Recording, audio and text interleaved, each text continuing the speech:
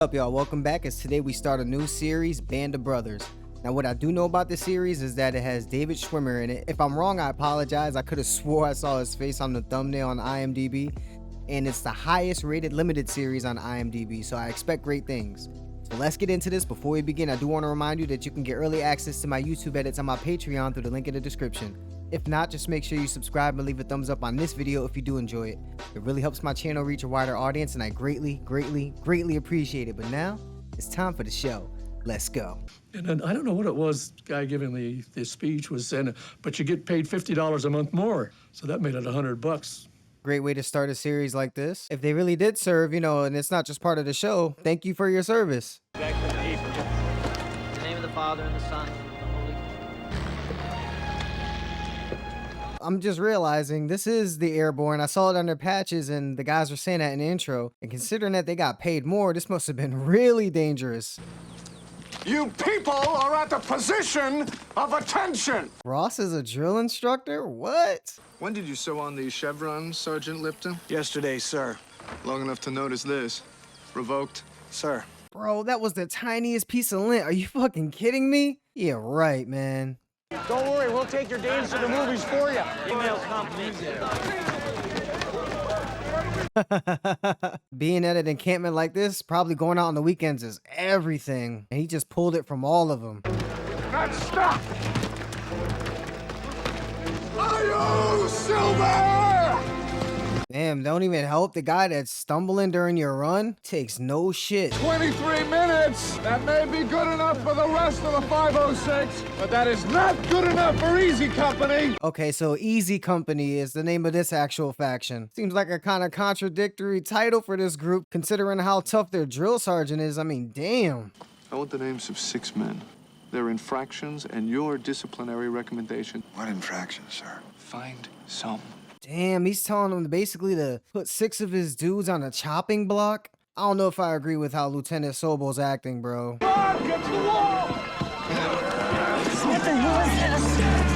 Oh!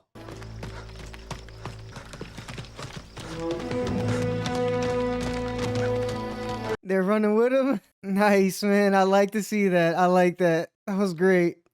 I like spaghetti. Hell yeah, man. Some spaghetti and bread after eating all that nasty gruel shit. And especially since you've been put through the ringer, I can see why they're going in grubbing. Don't want it on. No, I'm eating here. Hey, get out of here. Orders change! Get up! 3 miles up, 3 miles down.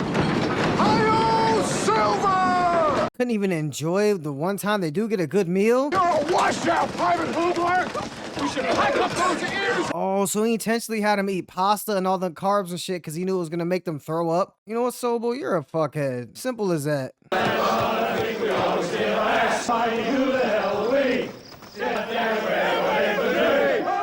He seemed impressed with them. Hopefully they're starting to get on his good side and he'll start to cut them a little bit of slack. I mean, these dudes are busting their ass to please this guy.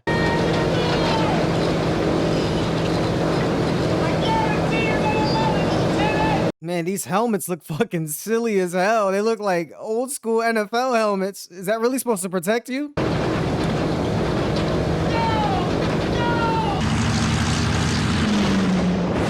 Man, he looks scared to jump. Shit. Thought he would have been the toughest of them all, the way he treats others. There will be no leaning in my company.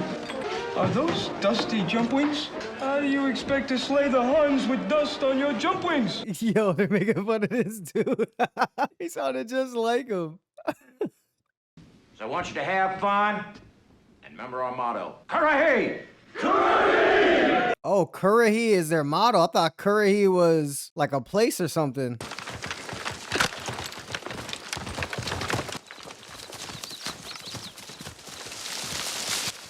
Oh, shit. Please tell me this is training or something. Oh, it is, because I see the red thing on their sleeves. I'm hearing a lot of rumblings. Sobel? So, it gets a little jumpy in the field. He gets jumpy and then you get killed. Yeah, I did notice when they were jumping out, he seemed a little uneasy. And then for him to lead his entire squadron into a trap, I don't know, man. He needs to get his shit together.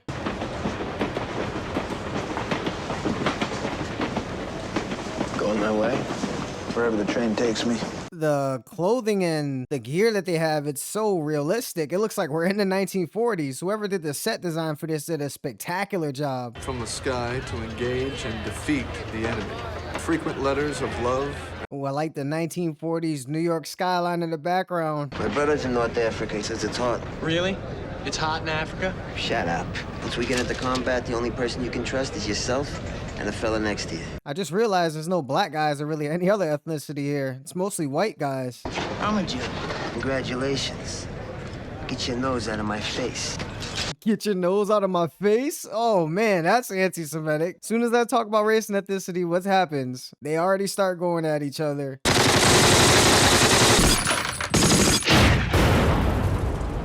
Ooh, shit. There should be no fence here. Tipper! Give me the men. Get the men. Get them. Take cover behind those trees. Can't read a map, can't lead a squadron, can't get his men to respect him. Jumping out of planes. Think it's time for a little change in management, you know? Who said that? I think it's Major Horton, sir. What is the goddamn holdup, Mr. Sobel? Lay down a base of fire to cut the road in all directions. Tell Garnier to move left with second. I'll be right up the middle with third. Go. Yes, sir. All right, man, this guy seems like he knows what he's doing and what he's talking about. Changing up the plan on the fly, adapting to the situation. That's who I'd want to lead my squadron for sure. With Captain Sobel's compliments, sir.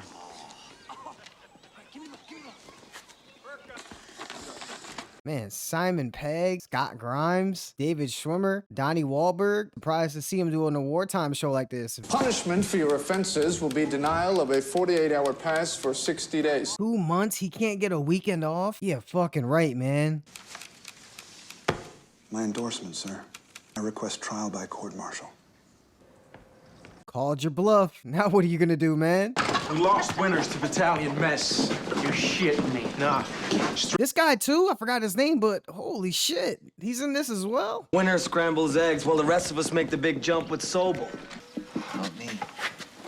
Oh, so Sobel did that so he could take command of his unit? That's bullshit, man. You gotta be fucking kidding me. We could be lined up against a wall and shot. I'm ready to face that. And every one of us had better be too. I ought to have you all shot. Well, they were ready for that.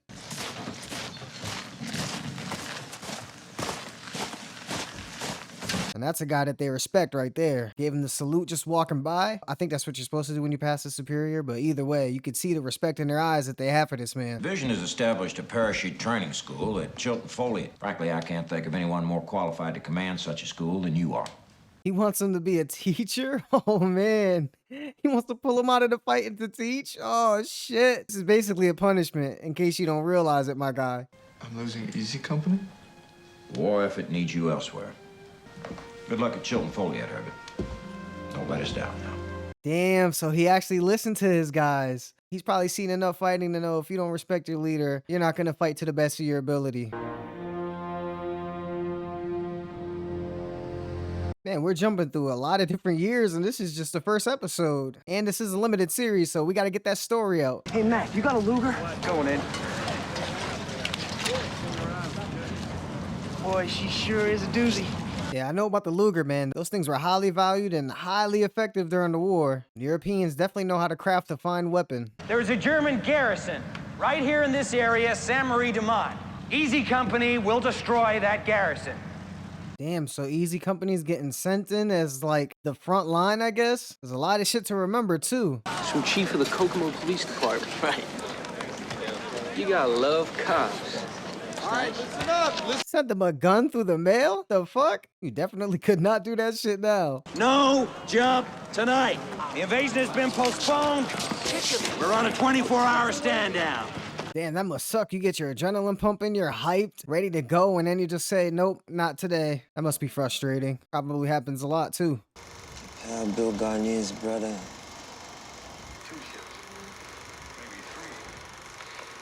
Wait, was that his brother? Was he not supposed to read the letter yet? I'm still confused as to who that letter was meant for.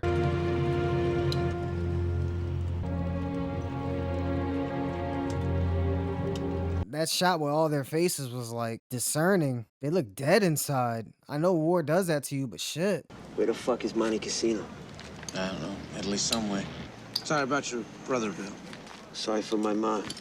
Oh, so it was his brother. Damn, man. Let it that your brother in another outfit was killed. It can't be easy, especially while you're still in the middle of the shit.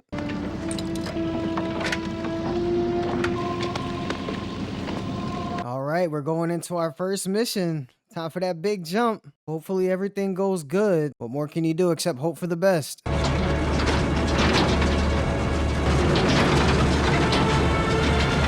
None of them look too excited or happy to be on that plane, man. Even though they've been training for this and their stomach's probably right here, man. I couldn't imagine.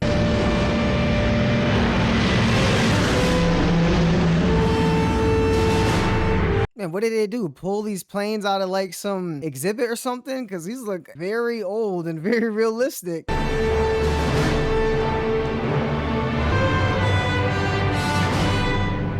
Wow, look at all those planes in the sky, man. What a shot. Fucking incredible.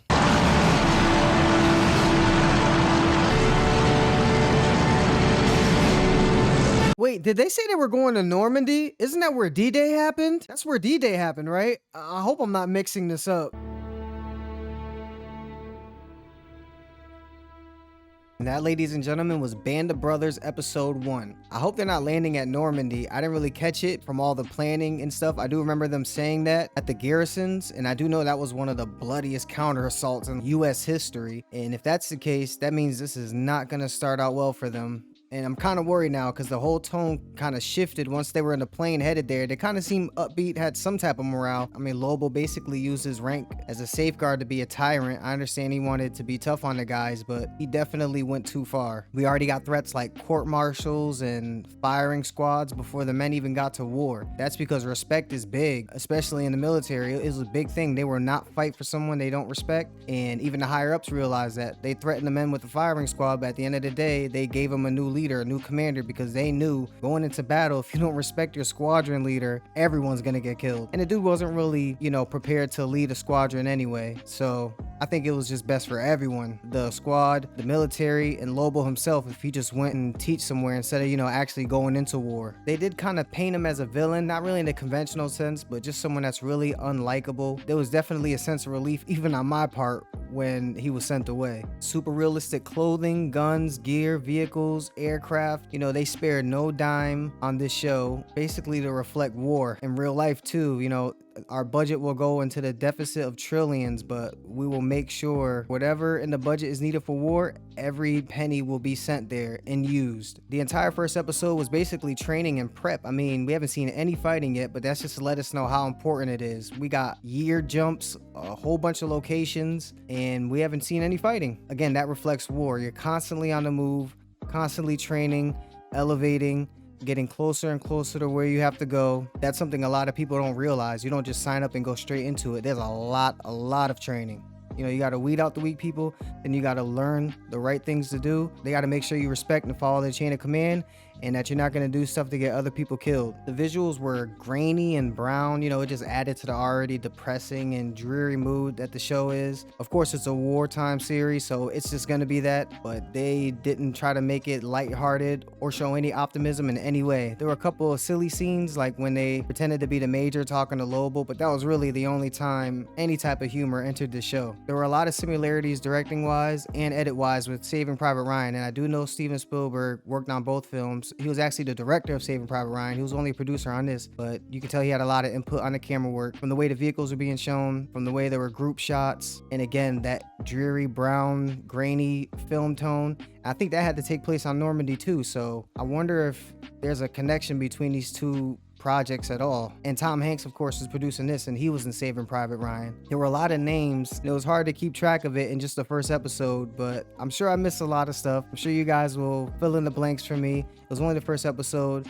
Next episode, I'm sure I'll get used to everyone's name. We had a lot of rotating people in and out. Some people that were only in for a few minutes and then they were gone. I was expecting them to play a big part. But either way, great start. Seems like it's going to be a sad show. I hope it's not too sad. If anything in particular stood out to you in this episode, or there was something I might have missed, please tell me about it in the comments below. I hope you enjoyed watching my reaction. All I ask is that you leave a thumbs up and subscribe if you haven't yet. You can also get early access to these YouTube edits on my Patreon through the link in the description. You guys are the best. We're basically YouTube family now. I know you guys know that. That's it for me. Until next time, spread peace and love.